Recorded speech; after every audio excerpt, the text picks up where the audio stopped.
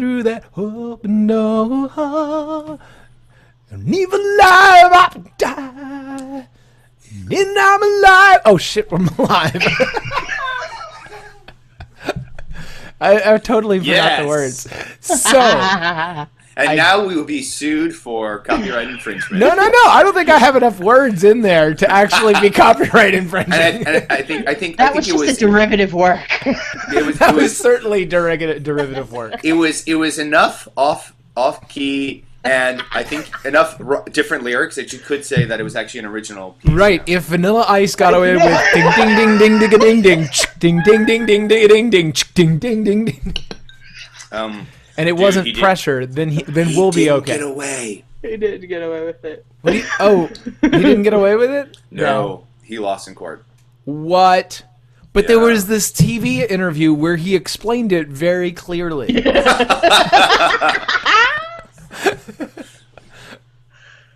Because, like, their song be going ding ding ding ding ding ding ding ding ding, and my song be going like ding ding ding ding ding ding ding ding ding ding. You see that? Yeah, you see the difference. It's where the beat is.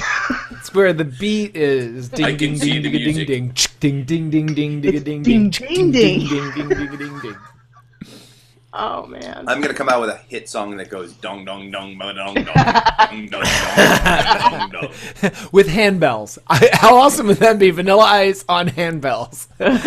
Bong bong bong bong bong bong. I'm playing handbell, baby. I'm playing handbell, baby. With gloves. Because you have to wear those white gloves. Yeah, I don't know why. Jesus Jesus says you have to wear the white gloves. I think that's what it is. There's only 2 handbell manufacturers in the entire world? Get out! Only 2? I feel like you've told me this before. Only 2. I read this. It was either an Economist or an NPR. I think it was Economist. Maybe it was an Economist. That's why I'm... Yeah, I think it was an Economist. And there's only 2 handbell manufacturers, and they are deathly against each other. This big Jesus world where you're supposed to love each other and hug each other and all this kind of stuff. They are absolutely... defiantly against each other and have gotten into fights at conventions because one guy left the original company, decided to split off on his own to create his own handbell that was correct, and all this engineering that's going along with it. And yes, time out. I got a great idea. The Learning Channel needs to do a reality show about the 2 companies. And the title of the show, Hell's Bells. Wait for it. Wait for what? it. No. I would watch I think it's there. I think it's there. Episodes. I think it's there. I'm just waiting for it to come. 2 handbell manufacturers, 1 entire religion. Who will be the winner? Why don't you just call it Handbell's Messiah? No, because Hell's Bells, because then you can have like ACD playing over the intro of all the stuff. And I would watch it. All right, so back to this is the largest minus A block that we have ever done. But I will go ahead and introduce everyone here on the Speaker's Corner. My name is Jeff Wheeler. I live in Johns Creek, Georgia. And I will say my first name first because my last name comes last. I will move on to the next person as Michelle Lynch in Gainesville, Florida. Say hello, Michelle. Hello, and I think about ferrets a lot.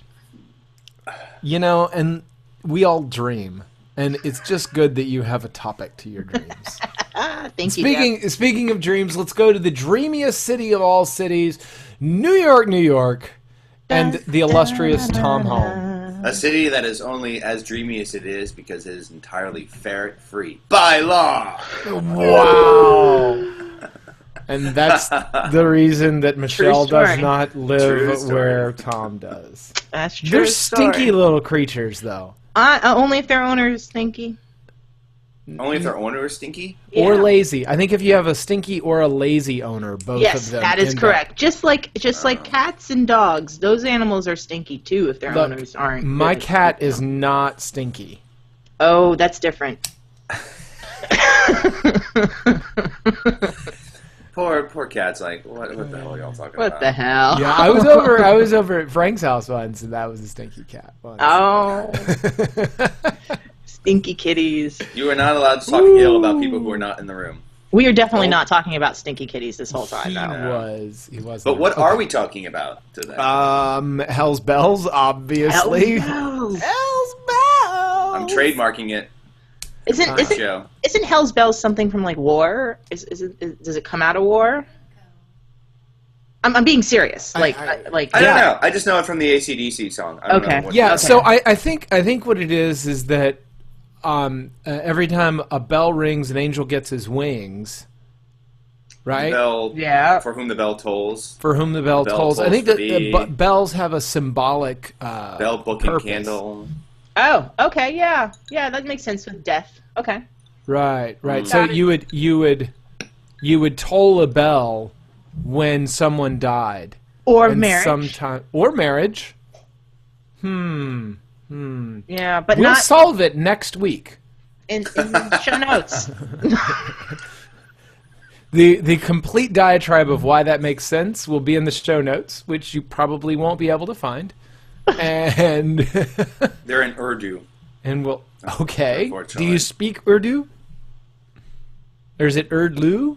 Yes. Yes. It's great when you answer a question with a question. Yeah. Okay, let's start with the topics that we've got. Yes. Backlash against smart guns. I don't even know what this means. I heard. I'm so glad that I can throw something on that you haven't heard. Awesome. I just heard this on the radio earlier today. So there's a manufacturer in Maryland who has developed. I haven't looked into the specifics of how it works. I guess it's biometric reading or whatever, or handprint identification. But it's basically developed smart guns. The idea of which is a gun that can only be used. I think you've seen this in television. I'm sure some military personnel have like high-end sniper rifles that only work that way. I know I saw in James Bond, Tomorrow Never, License to Kill. He had a handprint identification, a smart gun. So basically, only the owner can use the handgun, which prevents it if it gets stolen or it gets taken away. It can't be used by someone else, and so sounds like a kind of cool idea.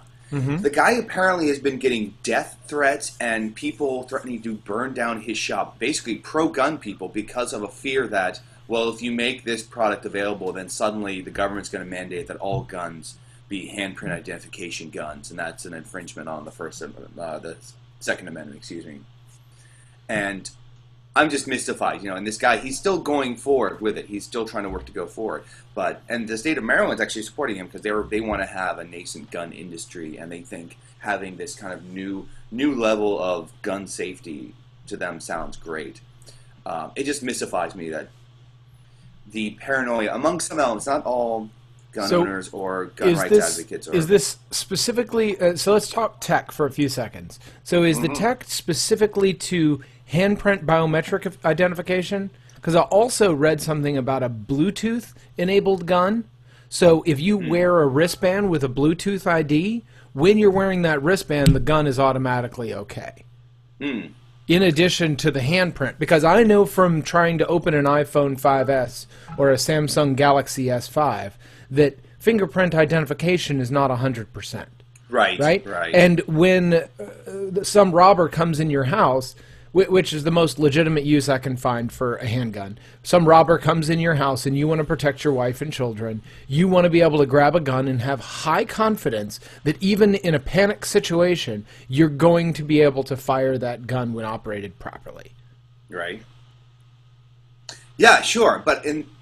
That's fine. But I think for people to attack a product on some kind of weird presupposition of, well, if this becomes marketable, then it's going to become the law, is completely fakakta. That's putting. Well, that's what happened. That's what happened with seatbelts. Seatbelts were useless, and we're all better for it. Oh God. Are you on the anti-seatbelt? No. Okay. All right. I'm like the only thing. Well, and the biggest strength I find in seatbelts is that then the engineers that work on how to put an airbag into a car will now know where your body is and where to put the airbags. In America, we have to make our airbags almost 200% bigger, which means they smack you in the face a lot harder when you get into an accident. because a number of Americans are dumb and don't wear their seatbelts. In Germany and over in Europe, people just wear seatbelts. So their airbags are much smaller, therefore they have to have smaller opening force. Therefore, you don't get as many airbag-induced injuries in head-on collisions. Really? I didn't So there are two safety standards around the world. The European standard, well, two major safety standards, the U.S. standard and the European standard. The U.S. standard is designed around Bubba, who drives his pickup truck on the farm and never puts on his seatbelt. And the other is designed around Germans, who always do everything that they're supposed to do in the proper way. And they work well if you go to those particular groups. They do exactly what they're supposed to do. But 90% of the people out there are not in one of those specific groups. So you have to find where that medium is. So that's on a whole different level. But the smart guns. Yeah. It made me disheartened to hear someone trying to like market a product, market a system, and then suddenly the agenda of another subset, small subset, I would like to believe, would go to the extent of, dude, don't threaten someone's life. Don't threaten their business. Yeah, and I get you that, why would we hold back technological advances if we can't, just because of a fear, a nascent fear of the government using that to legislate our lives. Right. The problem there is the government legislating your life, not specifically the technology that's being made available. Don't fight wars that aren't taking place yet. It's like that pre-war or that preemptive strike. Which that's actually a great segue into the U.S. What would we fight for? Who put this topic in there? I put it in there. You're good. There's a really nice. I haven't read it Can yet. Can I step in for a second? Sorry, guys. You may. Thank you. The Q&A, we had it on last week. I didn't realize this is definitely a production fault. I needed to put that on before the broadcast, so I need to, before we broadcast, I'm going to have to make sure that I have every app on first. Okay. So we apologize to the viewers. Please. You can still comment on the YouTube, and we will watch the YouTube and see if there are any comments there. And you had, Michelle, you had one job, which has 10 or 15 steps, of which you did 14 of the steps, but you skipped one of those steps. So therefore, your one job was failed. I really want to do a John Oliver. I'll myself later. Have we seen John Oliver, the new John Oliver show on HBO? Yes. I really want to do that for the Sunday morning. Yes. If there is news that happens on Thursday, we'll cover it on Sunday. And if it happens on Sunday, we'll cover it the following Sunday.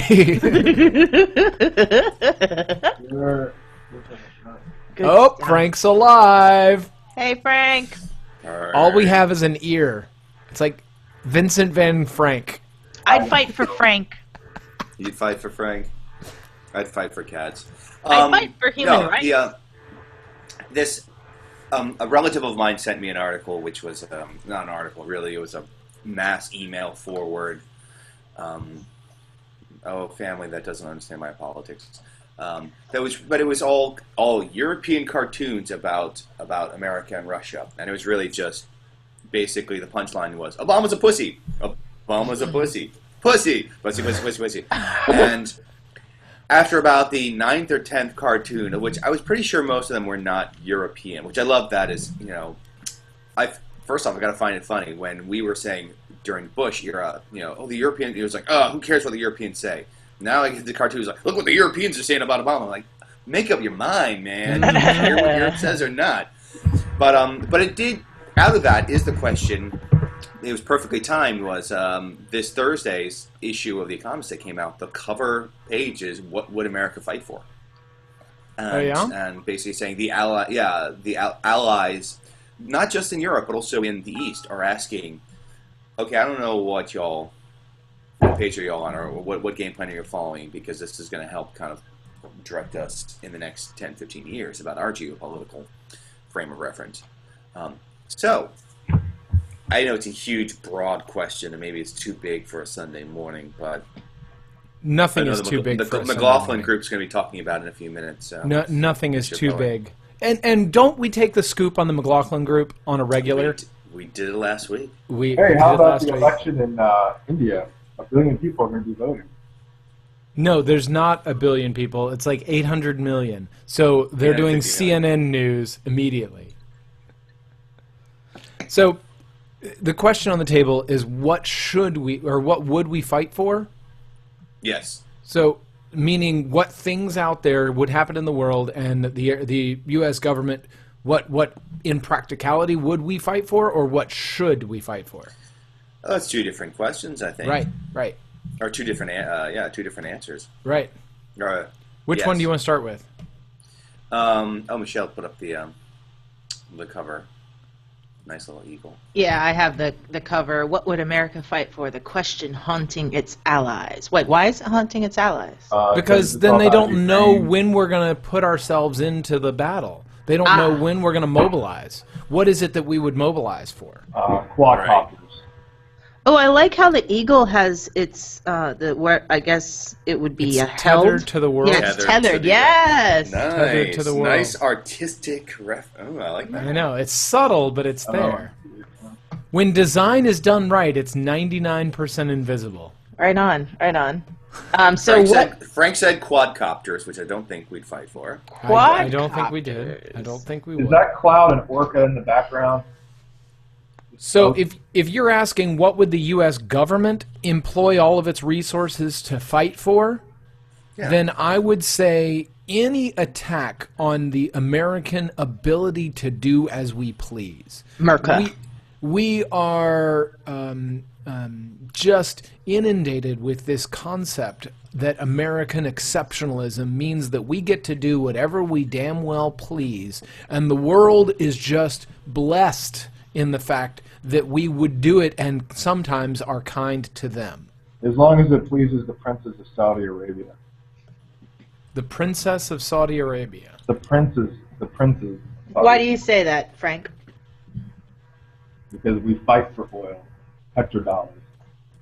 We fight for oil wherever it is. So Frank's throwing in the ring oil. We have fought for things that could certainly be argued as oil.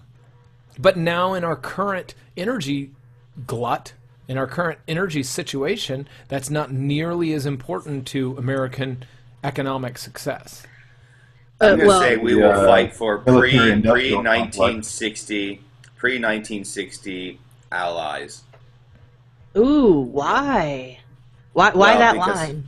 Well, this is what, going back to our last week conversation where we scooped the McLaughlin group talking about the Asian pivot, and I think part of what's the hangover in the Asian pivot is the insistence, not to knock Europe. Europe is important economically, politically, culturally, but I think it's overweighted because of our ties that still tie us to what was the 20th century. And I think the 21st century, as we said, is going to be the Pacific, and we need 21st century is yesterday. 21st century is now. That was a joke to a. Nicely done, guys. I thought at first you were playing along. I like it. I'm getting that soundbite. 21st century is yesterday. No. We're in the 21st century. 21st century is now. Deadpan literal. Love it. Sorry, go ahead, Tom. So I think that where a small conflict in a small country, be it Transnistria, Moldavia, or a larger one, Ukraine, is going to suddenly captivate U.S. interests, where suddenly what seems to be smaller scales, but it's more probably economically and also future-looking important to us, be it in South America or the Pacific Rim, gets shortchanged, not just by news coverage or the population's attention, but most importantly by the policymakers and the government, So that was probably answering, well, should we Why fight would they for not follow the money? Policymakers and government.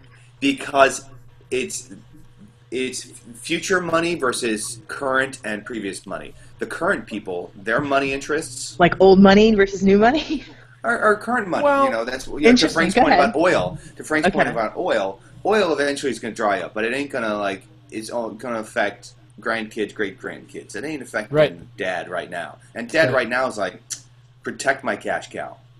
Right. Y'all can figure out what the fuck to do down the road, but protect my cash cow now.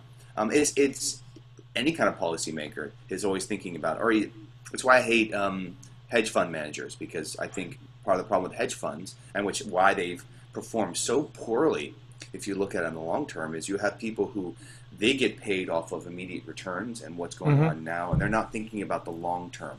Nope. And you need more long term people. That's where a technocratic government. We'll get to that anarchist question later. Okay.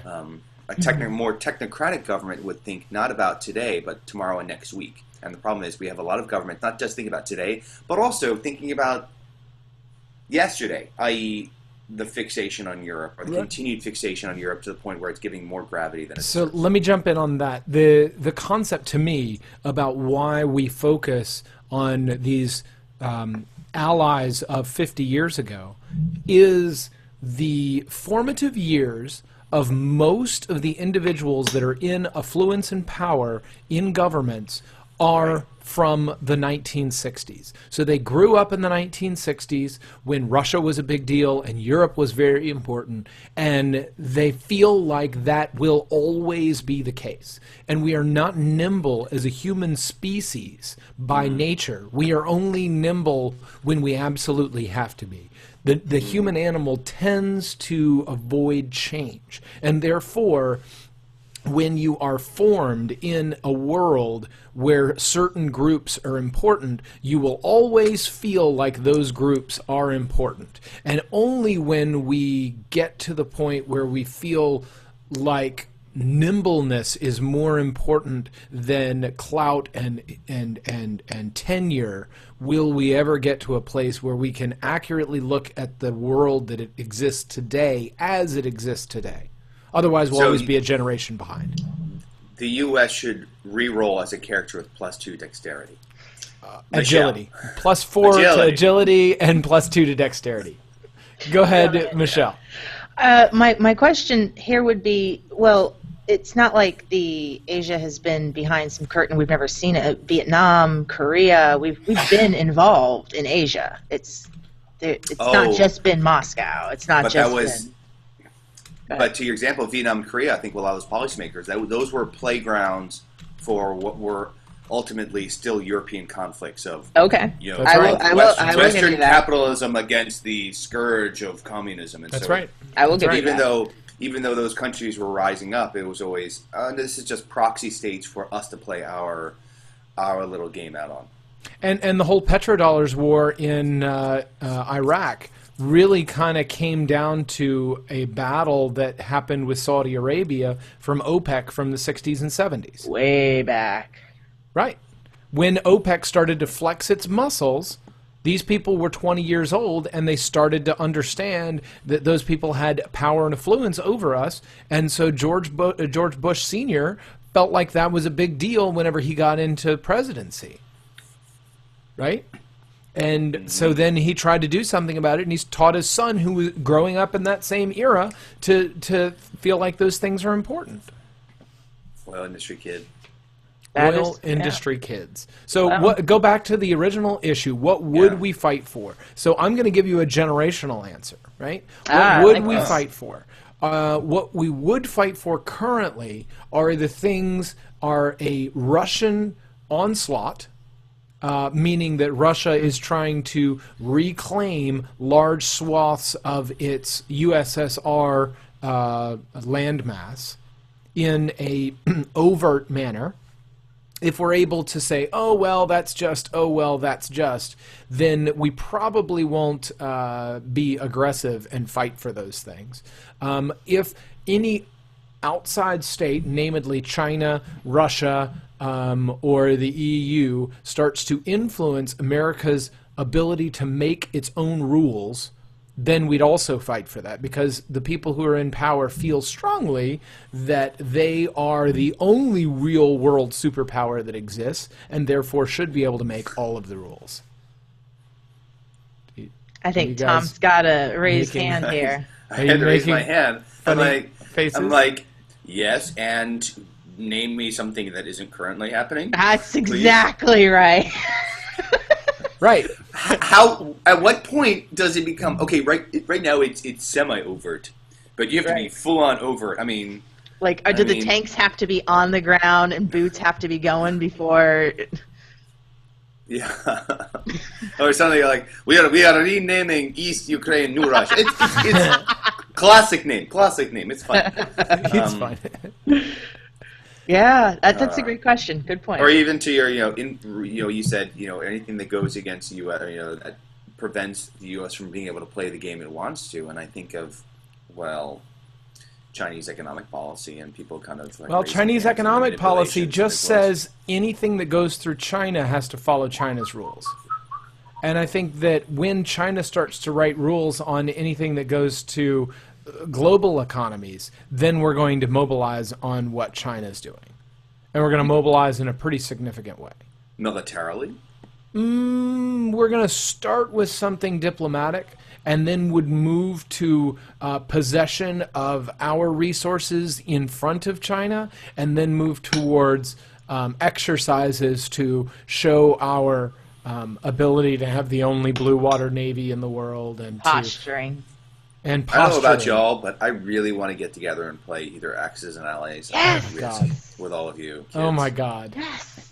It's gotta be physical board, because also Absolutely. I need to Yes. The video games are fine. They are. Yeah, but there's something they don't classic. Let you color outside the lines, There's something classic about it. It also, there's some negotiation that happens. To do Axis and Allies, you really have to be there for 4+ hours. Oh, yeah. Remember we played that once? I think it was you, me, Jody. I can't remember who else was there. Yeah, Jody was useless at Axis and Allies. Useless. But a former guest of this podcast. She was a former guest. Hey. And on the podcast, she was fabulous. She was fabulous on the podcast. I believe her best line was, I didn't realize what I was getting myself into. Classic line. Awesome. The good old days. And now we have good old days from doing this podcast. So I'm going to take a moment and thank everyone here for being a long-term and long-standing member of this weekly show. Even though Frank was in and out today, he was like a prostitute, but he did come in. And so I thank everyone for continuing to make this little dream a reality. And that's why we only have one woman on the show. Things like that. Oh dear. There's two. There's two. Nice. Aww. Nice. Okay. We invite others. Should anyone like to do. come. Yes. So if Billy D. Williams by chance is watching this, I would love to have you as a guest. Dude. You don't even have to wear the cape, Lando. I mean, Billy. Oh, funny. Okay, so we had a viewer question. Yes. That came across afterwards, because we didn't, as again last week. I just realized this week. So next week we'll do the Q&A open. But our viewer question is, I'm trying to get to it. So you guys stall for me for a second. Yes. So Tom, did you agree with my opinion for what the world would fight for, what the Americans would fight for? No, I think it's actually two. The question is, I just don't. That's what we say on paper is what we'll fight for, but I'm to the point of overt aggression by Russia. It was like, at what point does it have to be? What is the definite? It's kind of like, I feel like when the Clintonian define is. What do you mean by is? So what do you mean by overt? When they threaten our pre-1960 allies, when their overt aggression threatens the pre-1960 allies of the United States. Okay. When they get to So a they can point still- where they're going to be influencing Israel's ability to do its business, when they get to the point that they're I going to would be agree with. influencing the truly Western European nations from doing what they're doing, and whether it's through Gazprom or whether it's through whatever resources that they take advantage of, then that's where it is. Or You're think right. if they, Pre- go ahead. Sorry, Tom. no, you're good. Go. I think that if they influence anyone that's going through some sort of turmoil or upheaval, if they are too much of an influence there, I think that we may put some fighters. No. Okay, so that's going to happen if they go to a place in the world that is not historically theirs. There is turmoil there, and they are trying to put roots in like they did in Cuba. So every president since the Cuban Missile Crisis has been taught, do not let the Russians put their tentacles into the ground to create roots in any nation. That predates Kennedy. That's the Truman Doctrine. The Truman Doctrine was basically of containment. To not the Russian sphere, the Soviet sphere cannot be allowed to go out. Period. Right. So you can do whatever you want with those nations that have always been under your guise, but when you come into and plant roots in someplace else, that's when we stop you.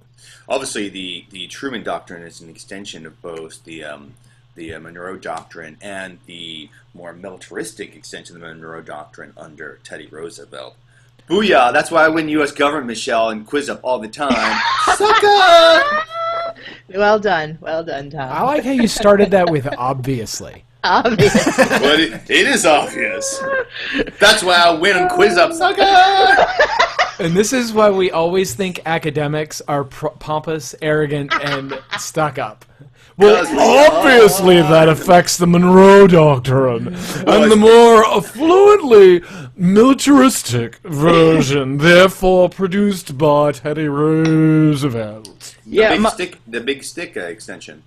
The Monroe Doctrine. The Big Stick Doctrine. Walk tall. And carry a big viewer question. That's what we're going to carry. The big viewer question. All right. So the viewer question for this week is, what are your views of a possible anarchist government and a utopian society in the future? And this is from Viola M. Viola M. Well, first we'd like to thank you for submitting a question, and it helps to increase our fodder. So here is the fodder. I think that an anarchist government in a post-utopian society? Okay, what are your views of a possible anarchist government and a utopian society in the future? So there's two ways I think you can look at it. Either A... Two questions or one related question? I think there's two ways to look at the same question. One is, is the utopian society an anarchist society? No. So is an anarchist government in a utopian society? No. Or is there a utopian society and there is an anarchist government that is a part somewhere in the society that is battling? I think that's possible. Possible. Okay. Tom? Anarchism, the greatest potential for an anarchy to work is in collectives, i.e. smaller community where there's kind of like a collective understanding. I think the problem is when you bring more and more people. You see the problem with representational government when you move beyond the polis. I mean, everyone talks about Greek democracy where everyone voted on everything. The polis, city democracy where literally all people voted on everything. So it it was true democracy. It wasn't representational democracy. Got it. But once you get numbers, it becomes harder to run. So if you wanted to create an anarcho-collective in a valley in California, more power to you. You're going to probably be successful because everyone kind of comes in agreeing on the platform and working together to kind of move forward. A headless state. Great. Mm-hmm. Once you move beyond to disparate or start to apply it to other people, you can't. Anarchy is one of those things. Or anarchic government is something that you can't apply to another. It has to be people willingly coming into that collective. And it's an invitational government and not an impositional government. Right. Because to be an impositional government, then you have government, which then starts, or you have a directive behind that government, then it kind of defeats. Yeah, and so I kind of take an the anarcho government as a open source project on the web, right? So there is no actual head, right, who comes down from above and says this is how it is, because at any given moment every single developer could just fork off and go do their own thing. At any given moment, take all the resources that they have acquired from that, fork off and do their own thing. But the group only works because they each understand that someone will contribute more by being a part of that group and make the entire project more effective by being inside of it rather than going out on your own. And so that's where an anarcho government will start in our newer environment. And I'll bet that there will be some island or some state somewhere, New Hampshire or Montana or something, that will then go and give an attempt at this, in some small community that then goes off and makes an attempt at this. Maybe not in the United States, maybe somewhere else, but I think it could be very successful. But its success should not be translated as, but then it can work on the larger scale. No, its success is because it is very I love your example of like the project-driven open source project, because that totally makes sense. It's you're bringing people who willingly want to be part of this collective to do something, to create something. It not only can be a community with no gates and no fences, it needs to be a community with no doors. The free and open passage in and out of this community has to be so free that no one feels bound to it. And if you never feel bound to it, then every time you come in, you will be wanting to be there, which will make it a completely flourishing society, but would never be one of oppression, because it just wouldn't exist if it became oppressive. Because for it to work and for it to be successful, you have to have those open boundaries. Wow, I think you really nailed the question. Pow! Ladies and gentlemen, everyone should have a viewer question every week. Every week, please. It was so Viola that I can M. Thank you. sling some knowledge. I will just sling and fling knowledge on you like I'm a monkey in a zoo. Lovely. I am taking that one too, and that's a snap. I just wanted to put my head on the desk and pound a little bit, so I said that. So I guess we're going to go from number 2 to number 1 and talk about things that piss Thom off, that should piss him off. And this would be, this is where the part of the show where we start to get a little bit loopy. Not that we haven't been loopy before. So things that piss me off that shouldn't piss me off. I watched Pretty in Pink for what I believe is the first time. I know, shock and awe, last night, and I got. Is it anything like The Princess Bride? Just a yes or no. Just a yes or no. No. Okay, go ahead. I was trying to think of a pithy response to that really weird question. Awkward pause was pretty pithy. It's good. So, the thing that pissed me off that should piss me off is the ending, and specifically the ending with Ducky, which is where spoilers. Do I have to say spoilers for a movie that's more than 30 years old? Yeah, any movie that somebody who was born on the day it was made can drive, I think you're okay. Yeah.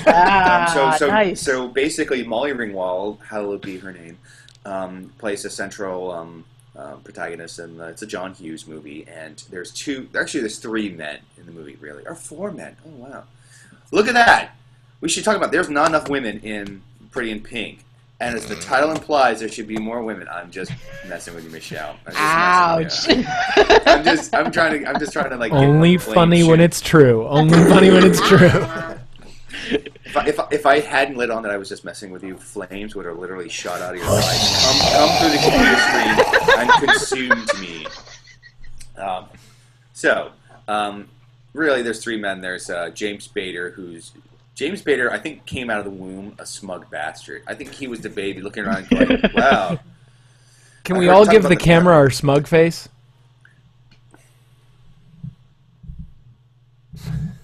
Yeah, so Spader was that baby that came out of the womb, was in the ICU and looking at the other babies and like, I've heard of the freshman 15, but I've never heard of the 9-month 10. What is it? 10 pounds? 10 pounds, 4 ounces? Get on 9-month deuces. Get on a treadmill.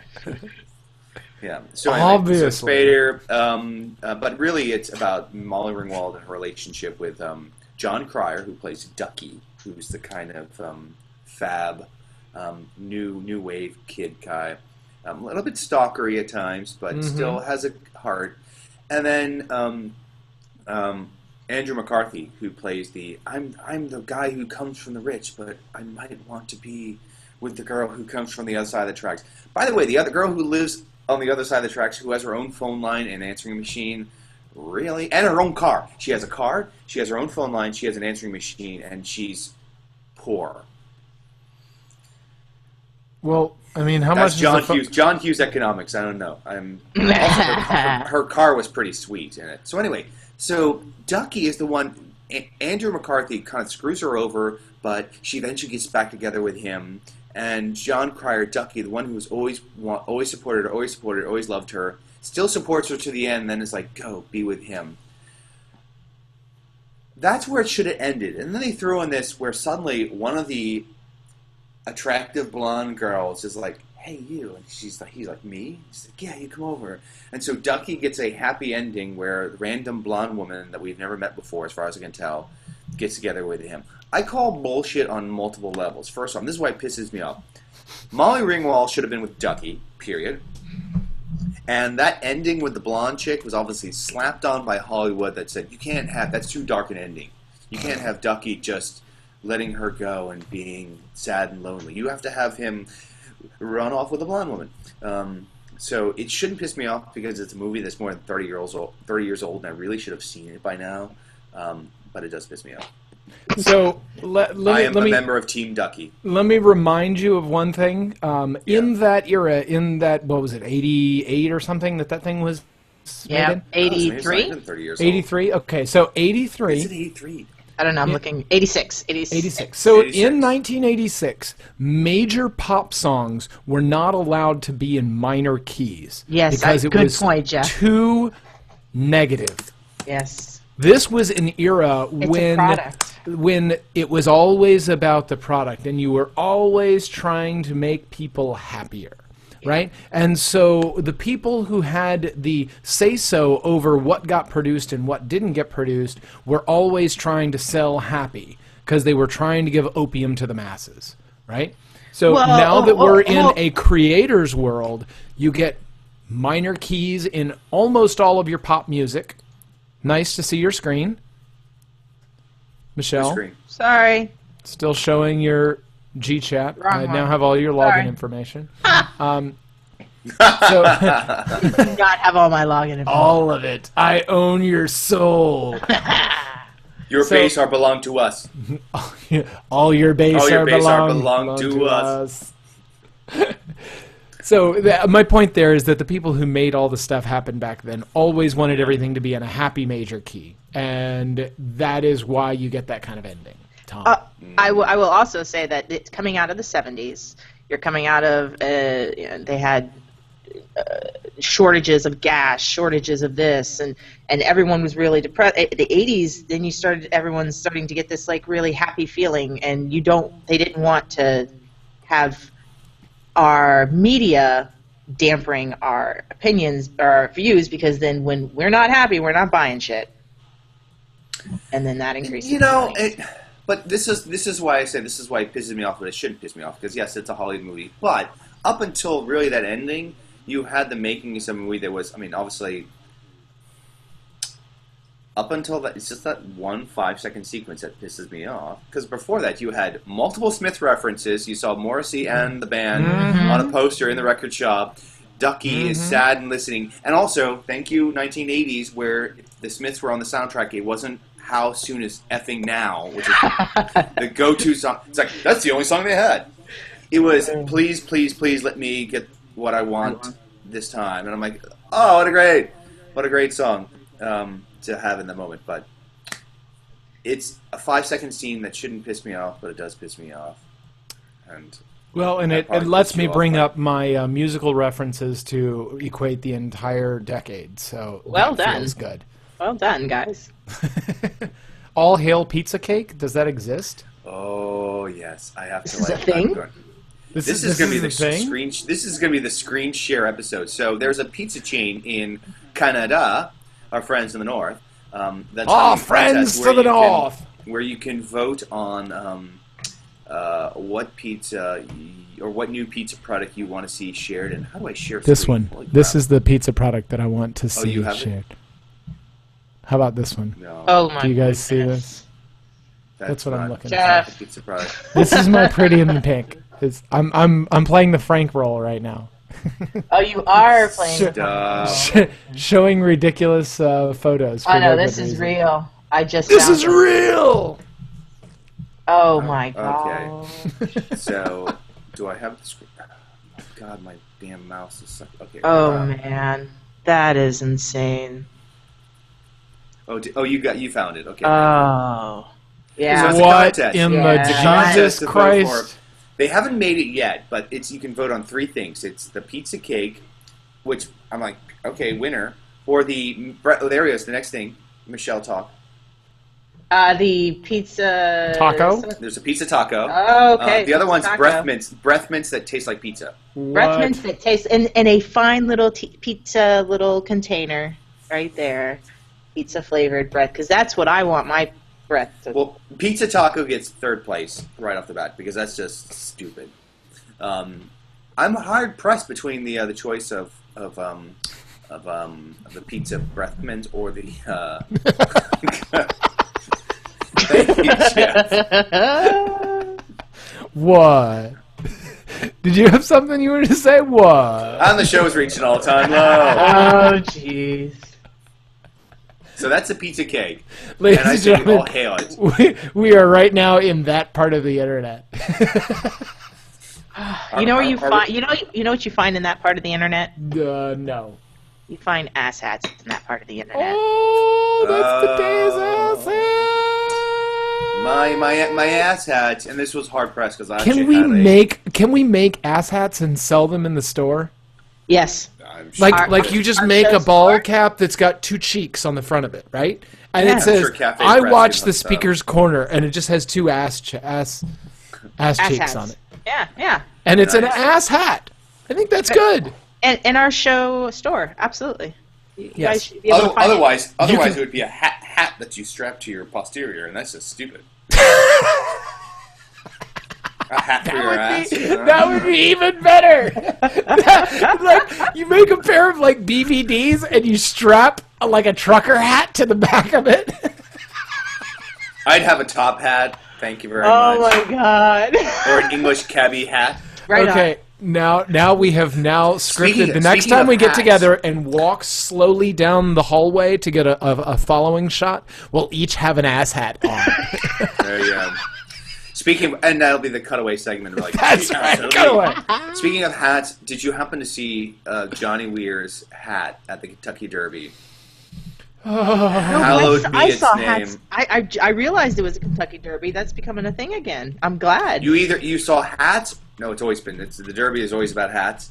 No, I know it's there's all about hats. hats. Johnny Weir won, as far as I'm concerned. He won the Kentucky Derby with his hat. Why? It was. Someone look up the hat, please. I'm looking it up, and it looks pretty average for a Kentucky Derby hat. But it's just worn by a dude. There's a winged Pegasus flying down from his forehead. I mean, that's what I see. Yeah. That is the hat. You got to get a closer look. You can't see it. It's a golden Pegasus flying down. That's I his got it. wings swooping Oh. back. Oh, hold on. Here we go.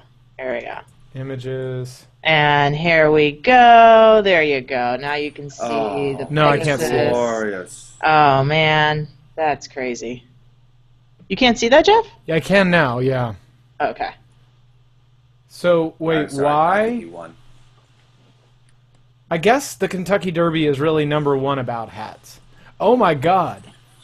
Oh, And my bourbon. God. Wait, you need to see... Oh, God. Hold on. Screen share. Screen share. Oh, God. Yeah? That's good. I haven't seen it yet. Oh, they put it on his head. Whose head is on it? It's on Bob Costas's head. Nice. Nice. Beautiful. Oh, that hat is epic. Anyway, but we're not here to talk about headdress. Hats. We're here to talk about ass hats. And my ass hat, this is funny. I actually had a late submission by a viewer. Who, this is a week for 2 viewers, like nice. Which was asking me about putting in Oklahoma's governor and kind of. Is this a former guest? Former panelist, yeah, on the show. Former panelist. Pitching in Oklahoma's governor. I think in light of the kind of reaction to the horrifically botched execution in Oklahoma this past week. I was actually leaning towards another governor, so maybe this asshat will just be a collective state governors being asshats this week.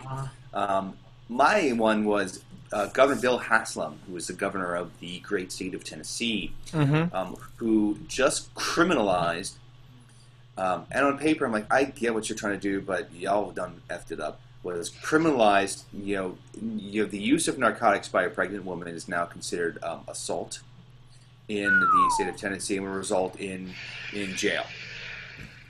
So, you took something that was illegal and made it more illegal.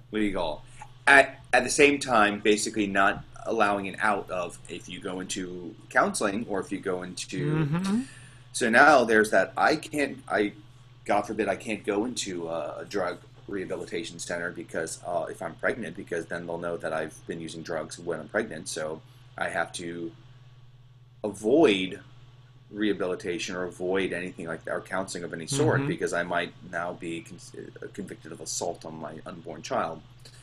So Bill Haslam for signing off on a really horrifically written bill. Again, it's just a poorly written bill that has so many unforeseen consequences.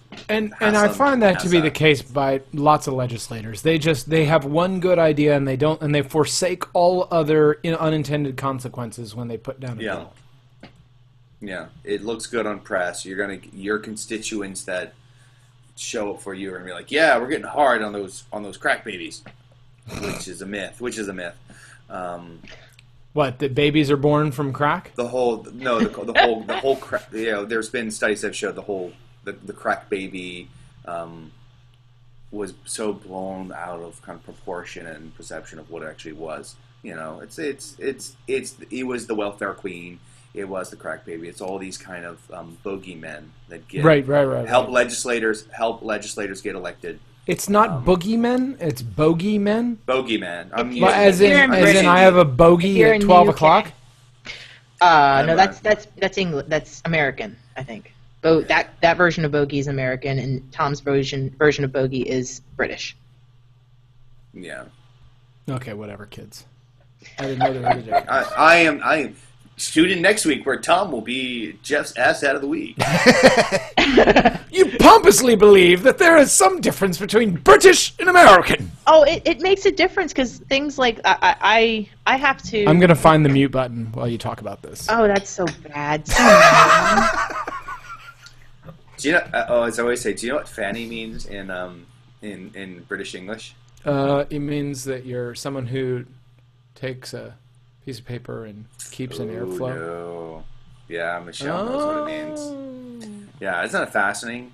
So obviously, you know what a faggot means. They love. Well, yeah, everyone knows. They love fanny pack. They think that is that's like, oh, that's the funniest thing ever. You said, oh, so you got a fanny pack, huh? Tell me more. Okay, on to the next. Help the noob, Mobo Blues. What does that mean? This might be. How do I tell if I really need to replace my motherboard or not? I don't know. I replaced, in as many of you who follow the show know, my computer went craptastic. We got one craptastic. And so I replaced the power supply just in case that was the issue, and still the same kind of situation. How do I really tell if I need to go to the next step and replace the motherboard entirely? Because I think that might be what I need to. So what basically you need to eliminate software issues, and then you need to eliminate other hardware issues. Is there a video card on your motherboard? There is, yes. Okay. Oh, on the motherboard, I'm not sure. If there is a video output from your motherboard, go get a live CD, right? Download from the internet a live CD for Linux, right? Or a Windows install or reinstall Windows on a secondary. Do you have a secondary hard drive that just sits around? I have, yeah. A tiny little secondary hard drive? Install Windows. Doesn't even have to be legitimate because it doesn't have to run for more than 30 days. So you can use a copy without a key, run it on there, right? Install on a new hard drive, just that, no video card, no extra hardware, just CD-ROM, keyboard and mouse, minimal video, and that motherboard. Install a new version of Windows. If you get BSODs, it's done. It's your motherboard. That's the way to truly know. Realistically, the way to do it is go ahead and replace it, because that's probably the third most likely thing that burns up on systems. First most likely is your software goes to hell and you need to reinstall Windows. Second most likely, power supplies tend to burn out because people tend to buy cheap power supplies. But really, they're so cheap that it's not really a huge deal, and it doesn't affect the functioning of your unit. And so those have, maybe 10,000 to 100,000 mean time between failures, depending on which one you get. And then the motherboard will burn out on a regular basis. And then most of the time they build the video cards to a higher standard of compliance. So they're either DOA or they last a good little while. But motherboards there's a lot of things going on in a motherboard. Lots of little things. And any one of those goes wrong, it's on a bus that doesn't have much fault tolerance. So therefore, you basically get BSODs when those things don't go the way they're supposed to go. Which is why servers are so expensive, because they engineer and design those things to be able to withstand high amounts of errors and or not create as many errors, because they have bigger tolerances in between each one of the circuits, which means they don't necessarily have as many doohickeys and thingamabobs on them, but they tend to run more reliably. Was that a pretty... It's a great answer. It's what I need to hear. The question is also your assessment. Can I replace mine myself? Yeah. All right. Yeah, without a doubt. Yes, absolutely. Without a doubt. I mean, I've replaced multiple things. This is the one thing I've never replaced on a computer. Do you work in IT? Occasionally. Okay. Then you ought to be able to replace every piece in your I know. thing. I've replaced multiple occasions. You should. Everything. Watch it, you're grounding yourself and everything is... Oh, yeah. Yeah, that grounding thing is a marginal concern. Still, I'm concerned. Yeah, it's a marginal concern that I don't want to be the one that... Right, it's a 1% chance. And the good news... I have my wrist strap, I'm fine. Yeah, but the thing is it's a 1% concern, and most places have 30-day money back. So you just buy someplace that you can return it or exchange it when you burn it up because you had bad grounding, and you move on from the 1%. That's my philosophy. Don't let any of the manufacturers hear about that. Unless you're pulling out something because you have to remove everything. Wait, are we publicly publishing this on the internet so then they can find out? Maybe I shouldn't have said that. So that was Jeff Zalpera. Rounding out the rest of this shit. I don't know. It's the worst name I can think of. I think that's all we've got to talk about today. Or did we get something added at the end? No, I think we can do a closing, but I do want to... We're going to do some production thing at the end here. Oh, great. Okay. Well, you don't have to think like me every week. You don't have to think like me every week. You don't have to think like me, or evidently I don't even have my thing on. And Frank doesn't think. But that's why he's not here. So we're going to ask that every week you do think. Spend a few moments, take a few topics, and think about them. It'll make the world a better place. My thinking face. All right. Before we leave, I'm not going to actually go off of air because this has to be done on air, I think. There is a live control room. Are you guys able to see that or get to it? What, is it a plugin? No, it is actually on YouTube. It is associated with the Sunday podcast, I believe. I'm on the YouTube channel right now. Okay. Where's the YouTube channel? The YouTube channel, I can... I'm going to give you a linkies. Okay. Thank you. I suck at this part. In the green room. There we go. That's the YouTube channel. This should be the live control room that I'm going to send. Okay. Are you doing it to the same place? Yeah. That just says live control room. Oh, there's a You do not have permission to view this page. Ah, okay. So you do not have permission. Are you logged? So you're logged in as Jeff. I'm logged in as me, myself, and I, which is why you're able to see me as Jeff coming through across the intratubes. Indeed. It's really just a connection and a series of tubes. Thank you, Senator Ted Stevens. Okay, so you can't see that. So this must be something. So okay, let me do this real quick. So you it's obvious what I'm trying to do. Good thing that didn't happen while we were live, Tom.